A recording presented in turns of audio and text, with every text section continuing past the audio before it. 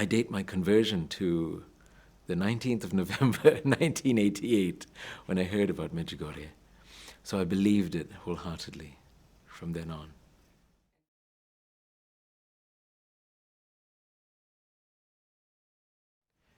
My name is Father Leon Pereira. I am a Dominican from the English province, and I am originally from Singapore. This is where I grew up.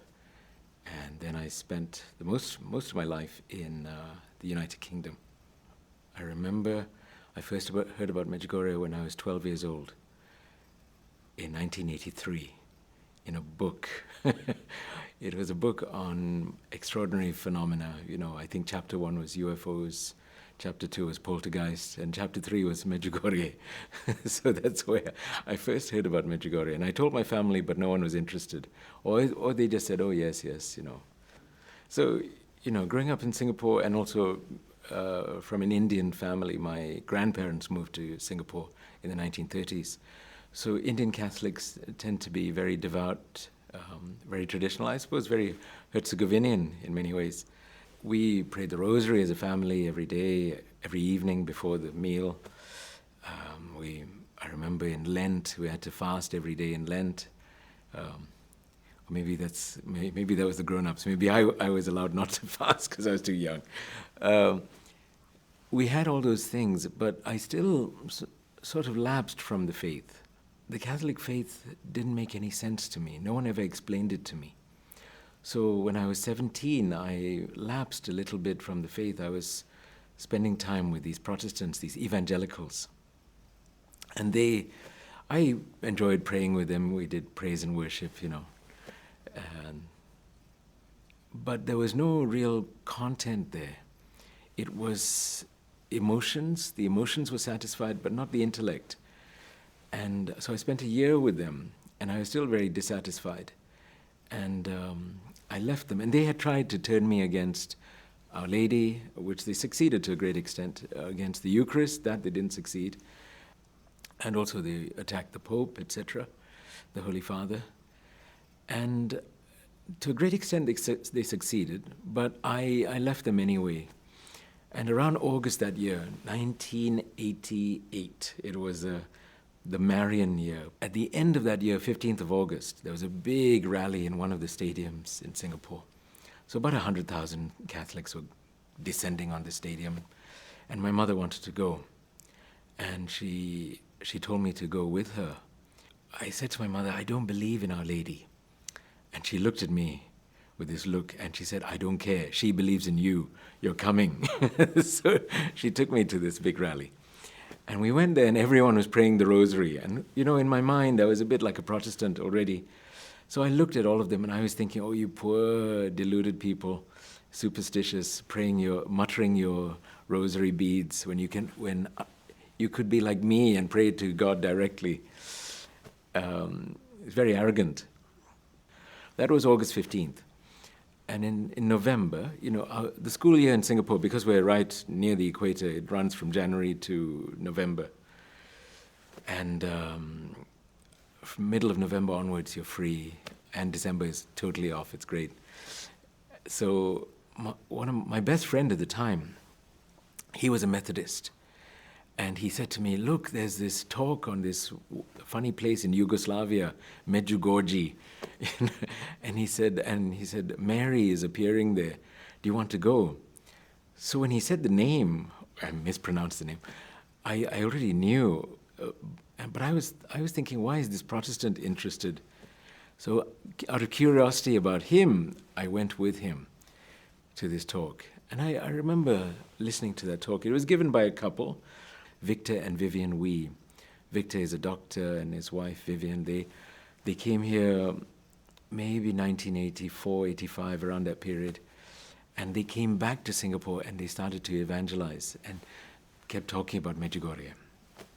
And as a result, you see, Medjugorje rejuvenated the church in Singapore. And every parish started to introduce Perpetual Adoration. And the rosary started to make a comeback. It was revived. And it was all because of this funny place in Yugoslavia, Medjugorje. And so I went to the talk, and by Dr. Victor and Vivian Wee. And when I heard what they had to say, I believed it straight away. And I believed it especially the way they spoke about the Eucharist and Holy Mass. And basically they talked about the 5 stones, and fasting. And from that day onwards, I date my conversion to that. I started to fast and to pray the rosary and monthly confession. Maybe before that I would have gone to confession, I think, once a year, 2-3 times a year maybe. But after that, we started to go monthly because our mother was asking for this. So I date my conversion to the 19th of November, 1988, when I heard about Medjugorje. So I believed it wholeheartedly from then on. You see, my conversion was when I was 17. At 18, we finished high school. And as soon, when you are a boy, you are not allowed to leave the country.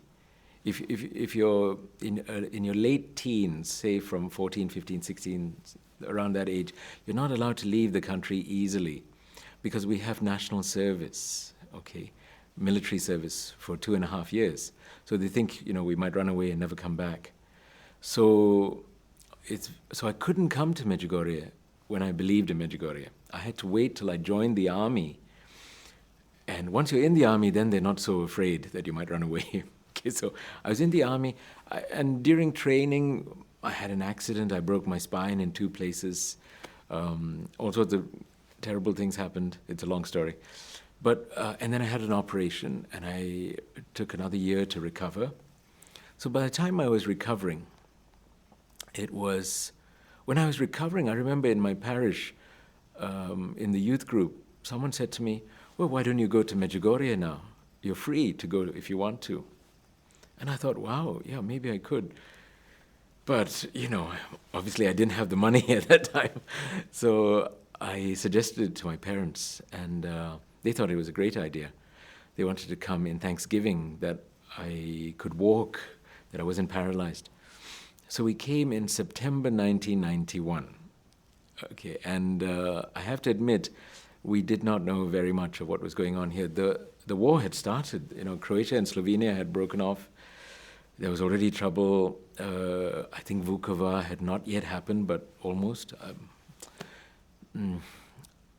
I remember how people looked, the kind of dread in people's eyes everywhere.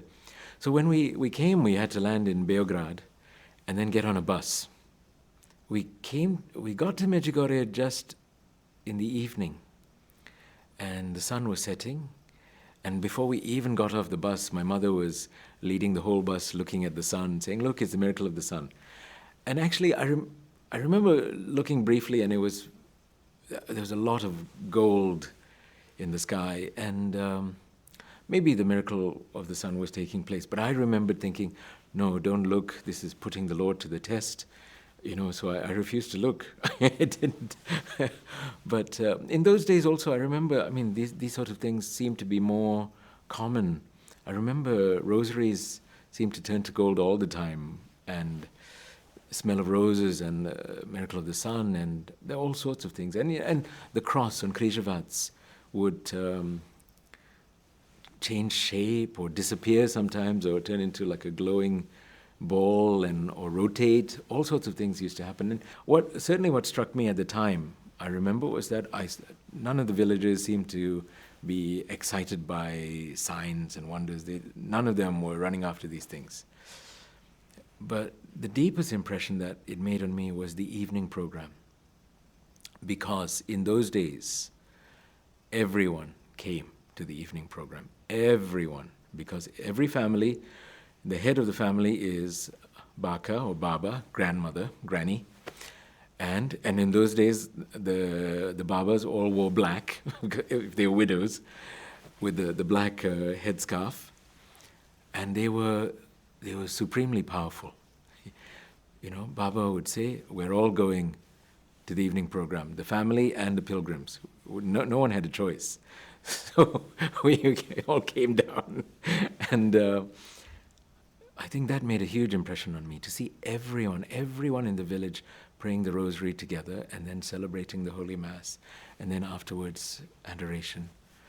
And you could see, they had so many worries, but they prayed. On fasting days, Wednesday and Friday, again, Baba would give us a plastic bag with water and bread in it and say, here you go up the mountain, pray your krunitsa, get out. That was it. So we did. This kind of pilgrimage, it really shapes you the way Our Lady was leading the village herself. So as a result of coming to Medjugorje, a seed was sown of a vocation. And I was going to Mass every day from the military base where I was based. Because I was injured, I was allowed to go home every evening. And instead of going home, I would go to the church. So home was one direction, I'd go the other direction to get to the church for Mass at 6 o'clock in the evening, and then go home. And I remembered, on the days that I couldn't go, I'd get very upset. And on the days when I was late, I would run, and I didn't have any peace until I got to the church. And when I did that, I remember thinking, what is going on here? So I thought, okay, I obviously like being in church. Priests live in church. Maybe I should become a priest. And this was my syllogism. So I thought about it, and I even broached the topic with my parents, but they were dead set against it. And even at the time, I remembered thinking what Jesus said, whoever loves father and mother more than me is not worthy of me. But after a few months, with no support from my family, I felt I couldn't do it.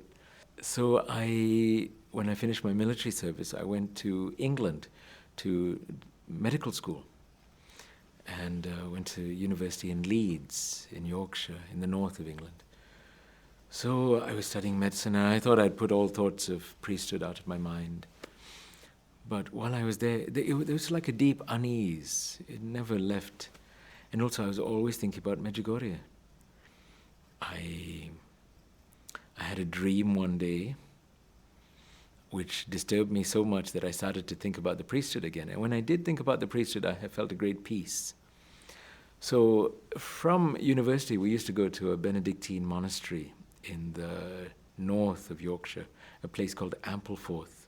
I was talking to one of the monks, and he just said to me, do you know, you are a Dominican? And I said, what is a Dominican? And he said, go off and find out. And at the time, I just knew Dominicans were something like Franciscans, but less glamorous. That's what I thought. And I didn't pay too much attention to him. But 6 months later, a friend of mine, she graduated from university early because she did French and Spanish, so she finished much sooner than me. And she went off to South America, volunteered with the Jesuits, and then came back. And we met for a drink in a pub. And she was talking about her Dominican friends. And I said, do you mean Dominican Republic? And she said, no, Dominican Friars. And she said, you have to meet them.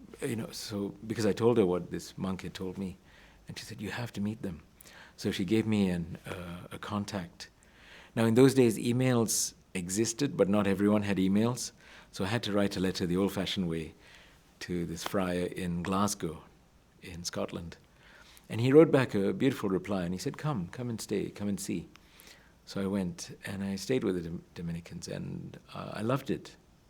I joined the order in 1998 on the 14th of September. That's when I was clothed in the habit. I started to come again to Medjugorje in 2009, so there's an 18-year gap from the first visit to the second visit. And then 2010 onwards, I realized, look, from England, you can go to Medjugorje so easily. So I started to come 3-4 times a year.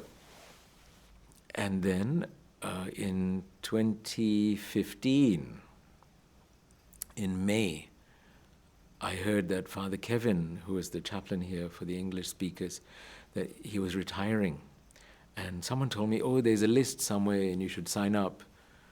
I think the 12th of May, they told me this. On the 13th of May, Our Lady of Fatima, I was hearing confessions, and I saw a group of Dominicans walking by, a summa of Dominicans, the collective noun for a Dominican, a summa of Dominicans, 12 of them, and they were from Zagreb. So I ran after them, just to say hello. And from the other side was coming Father Marinko, the parish priest, the pastor. And he was coming, bracho, brothers. And then he saw me, and I clearly don't look like I come from Zagreb, maybe Ljubuški. And then, so he said, you, Father, you come here many times, yes? I'm sorry, I have to do the accent. So I said, yes, I do. And he said, you come with me. So he took me into the office.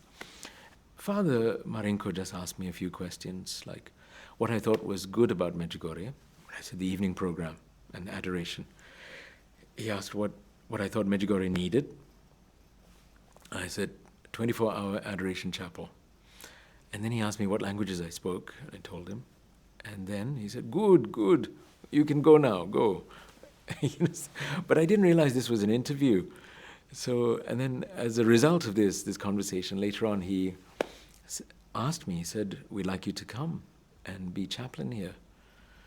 Medjugorje is different. I often hear from people outside or even on YouTube, these priests who are, or priests and lay people who are against Medjugorje. They say, well, no, every place has the sacraments, and they try to minimize Medjugorje and say, yeah, they went there and they had a good spiritual experience, but that's it. It's nothing extraordinary. I think if that was so, then why is this not happening all around the world? Why is it here in Medjugorje? Okay, back home in England, if I heard someone tell me they haven't been to confession in 30 years, 40 years, I'd be astonished. But here in Medjugorje, I hear 50 years, that's normal. My record is 63 years that they haven't been, and now you can't conclude from that therefore people in Medjugorje are worse than outside. They're more likely to confess here for some reason. Lourdes, I've gone to Lourdes so many times, I do not remember confession figuring so much in the pilgrimage experience there. Hopefully most of the pilgrims would have gone at least once to confession there, and also for us priests, I only remember volunteering once when I found out, you could volunteer to hear confessions. But that was as a result of coming to Medjugorje and knowing that, of course, here you can volunteer and help hear confessions. Something is different here. Something is different with adoration and with confessions. With adoration, one evening, I was sat in the Rotunda where the priests sit, for adoration. And there was an African priest next to me, and the people were all outside, and I think the benches, if they're all full, it's about 7,000 people. But if there's an overspill and there are people in the grass as well, I think it's probably roughly 10,000. 10,000 people adoring in silence. You could have heard a pin drop. That sort of silence. And this African priest whispered to me, now I believe Medjugorje is real. For him, that was the proof. And something is happening. Otherwise, these conversions should be happening all over the world. I wish they happened all over the world. But Medjugorje is not just a feeling. I don't think you can have Medjugorje without Gospa, without Our Lady. You cannot divorce the Mother of God from Medjugorje. You cannot pretend Medjugorje is just a spiritual place or a spiritual shrine, and it's a place for the sacraments, full stop. If you don't add, thanks to the Mother of God, without that, there is no Medjugorje.